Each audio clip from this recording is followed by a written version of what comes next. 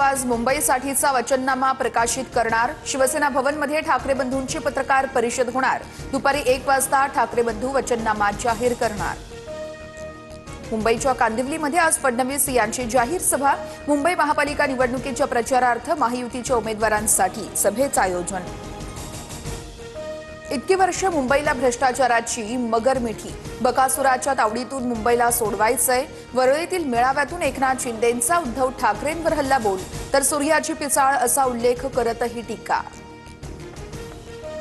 Coastal road आपण केलाय, मुंबईतील शाळा आपण सुधारलेल्या आहेत, अभिमानाने सांगा, उद्धव ठाकरेंचं कार्यकर्त्यांना आवाहन। तर वरळीमध्ये जमलेला भेसळेचा समाचार घेणार महायुतीच्या मेळाव्यावर देखील उद्धव ठाकरेंचा निशाणा। मुंबईतील निवडणुकीमध्ये श्रेय चोरणारी टोळी सक्रिय आहे। काही लहान बालकही सहभागी झाल्यात। फडणवीसांचा आदित्य ठाकरेंसह अमित ठाकरेंना टोला। मुंबईचा महापौर महायुतीचा हिंदू आणि मराठीच होणार, फडणवीसांना विश्वास। माझ्यावर 70,000 कोटींच्या भ्रष्टाचाराचा आरोप करणाऱ्यासोबत मी सत्तेत आहे। गुन्हा सिद्ध होण्याआधीच कोणी दोषी असतो का? सिद्धार्थ बनसोडेंना सावरताना अजित पवार यांच्या विधानानं नवा वाद।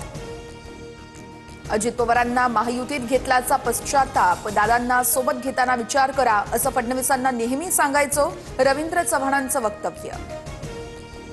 अजित पवारांनी असं बोलायला नको होतं। मित्रपक्षात मनभेद होणार नाहीत याची दादांनी काळजी घ्यावी, चंद्रशेखर बावनकुळेंचा सल्ला।